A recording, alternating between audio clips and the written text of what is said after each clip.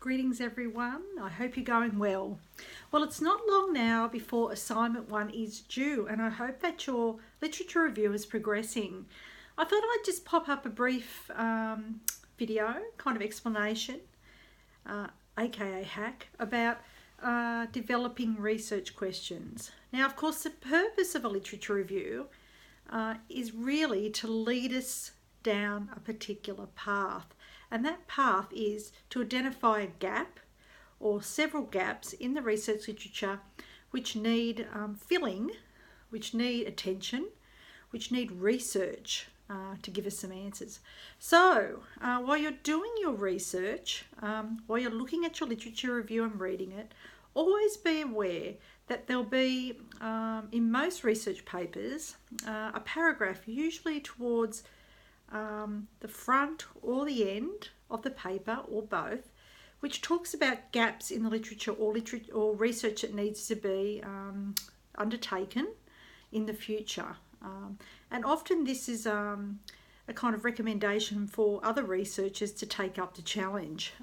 So when you read your papers, keep a lookout for that particular paragraph or group of sentences which talks about future research directions, because that can give you some ideas about how to explain to your readers, the reader of this literature review you're undertaking, where the gaps in your particular research are.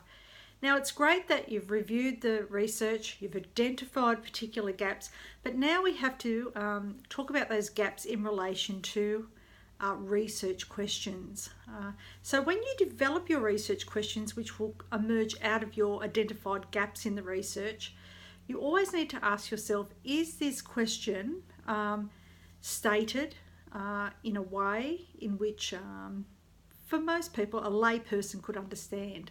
So a person not in your field, in our case education, could understand what the question is about. And this means stating the question in a fairly simple and direct manner. So often each question or research question, sometimes they have two parts, but it's usually just a simple, straightforward research question that you want to develop. So sometimes I read research questions and they're very long-winded and convoluted, and there's lots of components to them.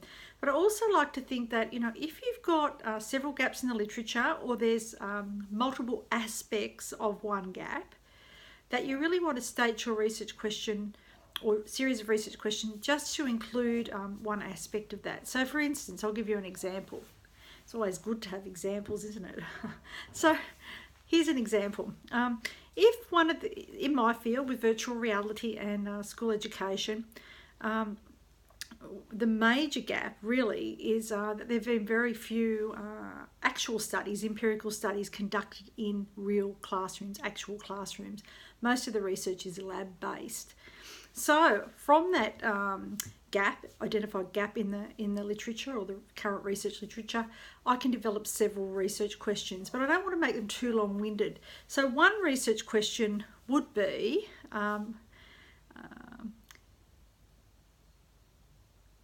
how do we implement virtual reality in high school classrooms in ways which are effective for learning? So although that question seems fairly simple, it's actually quite complicated, and you'd have to develop a fairly complex mixed method study to address it. Alternatively, I could break that question down a little bit more and say, what are the attitudes of high school students to learning in virtual reality for instance, science classes? So I could even hone down that question a little bit more and develop a study to look at the attitudes of high school students to learning in virtuality in science classes or history classes or some other kind of subject context. I could even hone down that even a little bit more if I wanted to, and I could, for instance, put, are there differences in attitudes between boys and girls, or in gendered attitudes towards learning with virtual reality in high school science classrooms? So I'd have to look at attitudes to science and attitudes to the technology in that case and try to untangle those. It's quite a complicated question, although it's stated simply. Alternatively, I might want to say, what are the practical, technological and ethical issues that teachers face in implementing virtual reality for learning in high school classrooms? So there you go, that's another question of interest, and that's got the empirical focus as well.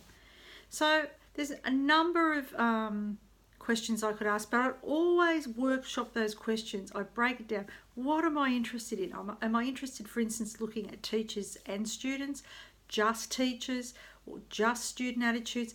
Am I interested in particular subject areas? Am I interested in primary or secondary education in this case? Am I interested in the context of the school? Like, does it matter if it's a low income school community or not?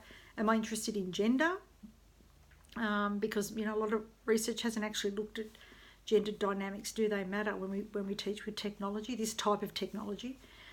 Am I interested, for instance, in measuring the effectiveness of the technology for learning?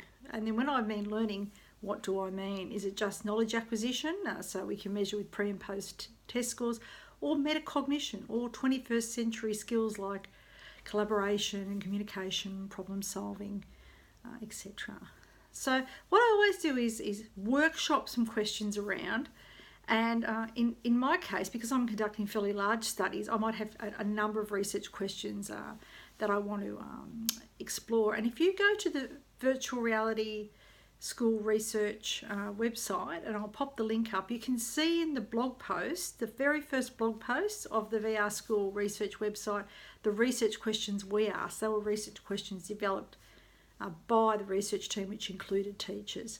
But you'll notice when you look at those questions that they're very simply stated, that they're not complicated in terms of the language, but they certainly would be complicated to investigate.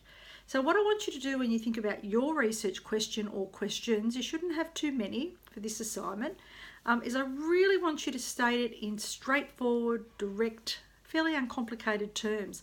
And if you find that your question is convoluted or a little bit difficult to understand, so run it by somebody that you know, then break it up into 2 questions, for instance, 2 or 3 questions, so that when I read the assignment, I go, okay, that's what the literature says. You've led me down the path of the literature to show me that there's a gap, and from that gap logically comes this question or this set of questions. So I'll pop this video up. I'll pop the link up to the VR School website blog post with our research questions we explored. And if you want to shoot me an email with some questions that have come out of your literature review, yeah, I'd welcome that. Okay, bye for now. It's nice seeing you again after a little bit of a break, and I look forward to your assignments.